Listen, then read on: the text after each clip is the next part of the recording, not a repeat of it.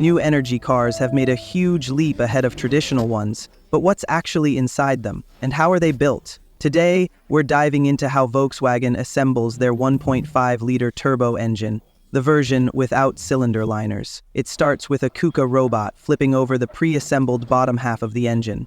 Up next, installing the timing belt and the cylinder head. First comes the oil cooler, but before it goes on, 4 sealing rings are added. It doesn't just cool the oil, it can also heat it. The bolts are only hand-tightened for now. Then comes the active oil-air separator. This little part helps the engine use just 0.1 ounces of oil every 600 miles. So, oil burning? Not really a thing anymore. Both the oil separator and the cooler get tightened properly using an electronic torque wrench. Next, the head gasket and cylinder head go on. The gasket has 3 metal layers to create a tight seal between the head and the block. Any engine fans out there know what this step is for? We use a fixture to make sure the head bolts stay straight while being pre-tightened with a twin torque gun. At the next station, the bolts get their final torque using an EC wrench, and the engine serial number is printed. It's not the same as the car's VIN, but it's just as unique. Now come the valve cover alignment pins. On the other side, we mount the double-ended studs for the turbo. A fixture keeps the block safe while tightening. Time to install the lifters and rocker arms. They open and close the intake and exhaust valves. If your car ticks on a cold start, it's likely due to low oil pressure inside the lifters. It usually stops in a few seconds. Next, we mount the gasket and install the valve cover. The cover holds the exhaust pressure sensor, camshaft sensors, and the cam phaser valve. That black piece is the fine oil separator. The sensor being torqued is for exhaust pressure. We now install the sealing cap and torque the bolts with the EC wrench. Oil is added later through this spot. Now we install the lifting brackets. These are where the engine is hoisted from and where battery grounds are often connected. Next up is the timing belt. At the next station, we fit the oil pressure control valve. It's pre-tightened, then fully torqued along with the pulley bolts. The pulley helps keep the timing belt running smoothly. Why does this 1.5-liter engine use less fuel than the 1.4? One key reason is the improved fuel injection, or injectors go in. Machine installed, with 5,200 psi of pressure. Fuel sprays finer and burns more completely, which saves gas. Now we mount the fuel rail.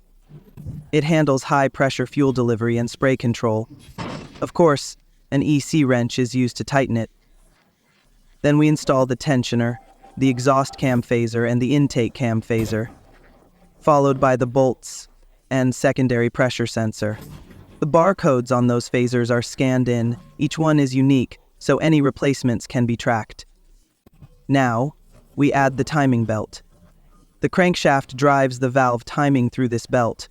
A tool sets the perfect tension before tightening. Service tip: Volkswagen recommends changing the belt every 75,000 miles. Wonder why they use belts and not chains? This is one reason. Now we install the oil pressure regulator. It keeps pressure safe to protect the engine. The timing cover goes on next, made of 2 parts. Later, the top cover connects to the engine mount to secure it in the car. The bolts are torqued automatically. Loosening them a bit first helps prevent thread damage. 1 bolt is removed so we can add the torsional damper. This pulley powers the alternator, air conditioning, and compressor. An oil pressure adapter also gets installed on the fuel rail. Next, the water pump pulley goes on. But first, we tweak the crankshaft position so the high-pressure pump fits properly. At the next station, the crank is adjusted again. Then we add the camshaft cover and torque the water pump pulley. We connect the metal fuel line between the fuel rail and high-pressure pump, then secure both ends with a wireless EC wrench. The oil dipstick is added. See this bolt on the exhaust cam phaser? It gets tightened again later. Know why? Next, we install the upper timing cover and pre-tighten the bolts. Another bolt is added to the camshaft cover. Now comes the electronic water pump. It replaces the old thermostat and automatically adjusts coolant flow based on engine needs. The bolts are torqued by machine for precision.